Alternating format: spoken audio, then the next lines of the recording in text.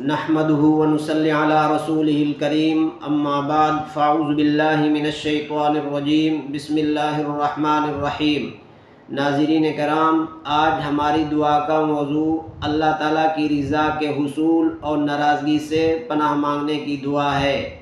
دعا یہ ہے: اللہم انی اعوذ برضاک من سخطک و بمعافاتک من عقوبتک و اعوذ بک منک لا احصی ثناء علیک انت کما اثنیت علی نفسک۔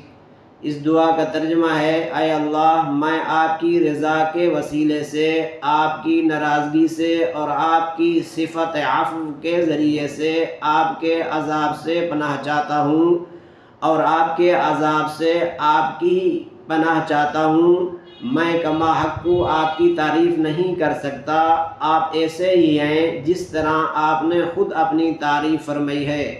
تو ناظرین کرام، آپ بھی اس دعا کو ایک دفعہ پڑھ لیں اور آگے بھی اس کو شیئر کریں تاکہ آپ بھی صدقہ جاریہ میں شامل ہوں، کیونکہ ہر اچھی بات کو آگے پہنچانا، ہر اچھی بات صدقہ جاریہ ہوتی ہے، اور اس کو آگے شیئر کرنا بھی صدقہ جاریہ ہے۔ تو آپ بھی اس میں شامل ہو جائیں، اور آپ سے آخر میں درخواست ہے کہ اس چینل کو سبسکرائب کریں۔ جزاک اللہ خیرہ۔